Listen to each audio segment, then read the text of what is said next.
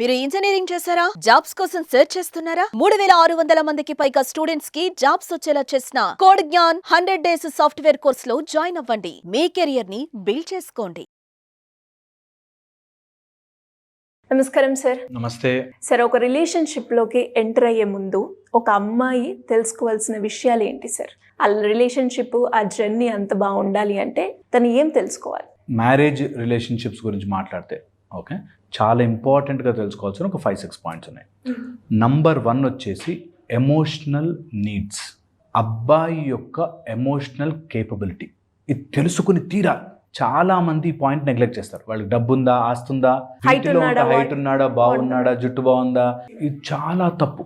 Emotional need, because నేను emotional therapist కాబట్టి అది చెప్తున్నాను కాదు. ఒక మనిషి సిచ్యువేషన్ వచ్చినప్పుడు ఎలా బిహేవ్ చేస్తాడు, that is a most important point.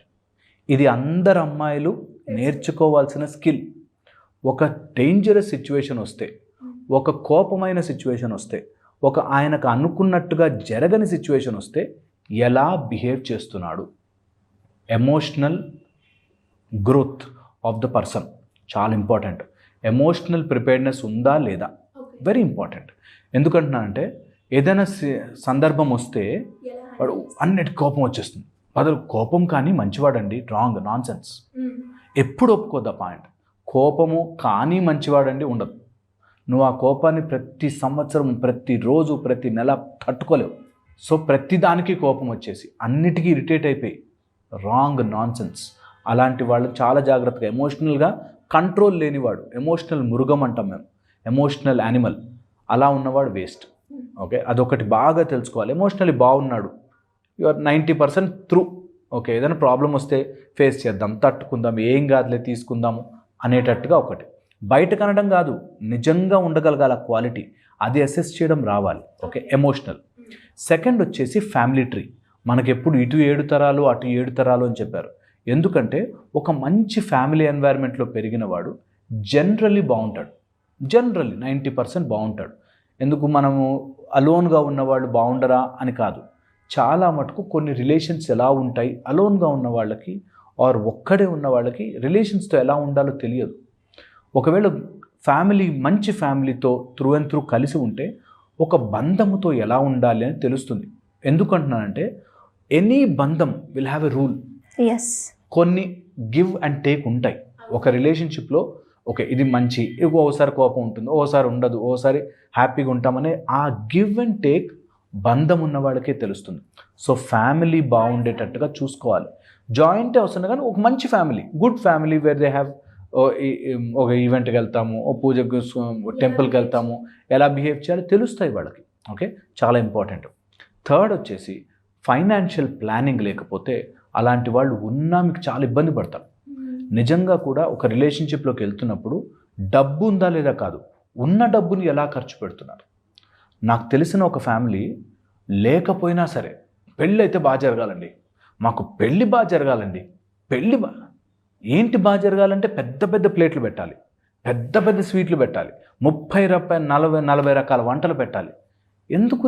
నీ స్తోమత ఏంటి, నీకు దాంట్లో ఉన్నంతవరకు పెట్టు హాయిగా. సో ప్రాబ్లం ఎక్కడ వస్తుందంటే ఫైనాన్స్ ఉన్నా లేకపోయినా వాడికి ప్లానింగ్ ఉండదు. అనవసరంగా 30 చీరలు కొనుక్కోవాలి, 50 బట్టలు కొనుక్కోవాలి, 5 షర్ట్లు కొనుక్కోవాలి, నాకు ఇలా ఉంటే నచ్చుతుంది. అలాంటి వాటితో చాలా జాగ్రత్తగా ఉండాలి.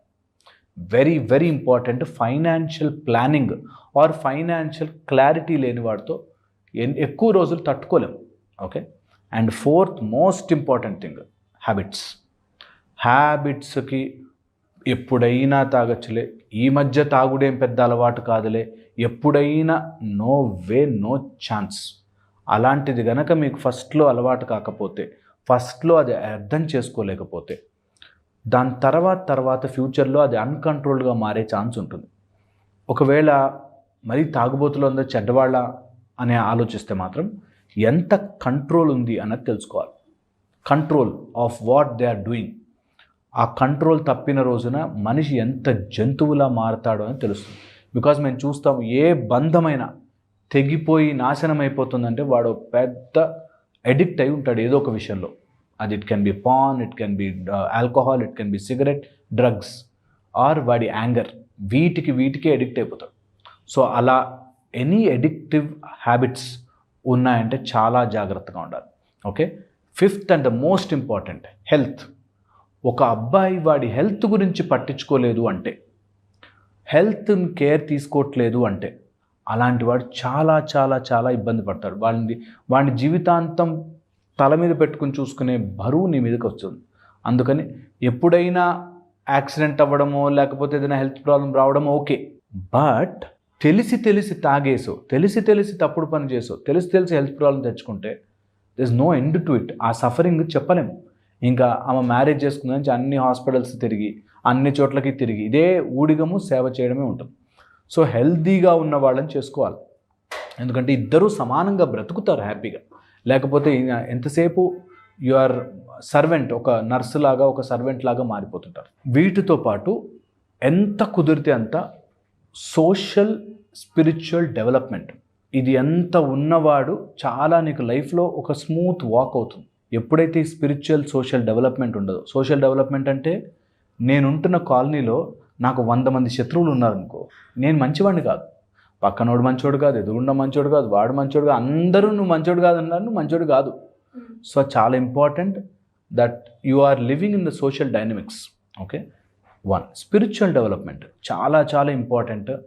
ఏదో ఒక భక్తి మార్గంలో, భక్తి ఎందుకు ఇంపార్టెంట్ అంటే వాడికి భయము భక్తి ఉన్నవాడంటే there is a discipline in their life.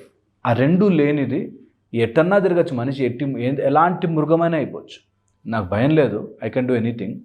నాకు భక్తి లేదు, నాకు దేవుడే చూస్తాడనే భక్తి లేదు, కాబట్టి ఐ కెన్ డూ ఎనీథింగ్ అన్నట్టు. సో అందుకని రాంగ్ వెళ్ళే మార్గం ఉంటుంది. వీటిని జాగ్రత్తగా మైండ్లో పెట్టుకుని, ఇంకా అట్లా లిస్ట్ చేస్తే చాలా ఉన్నాయి.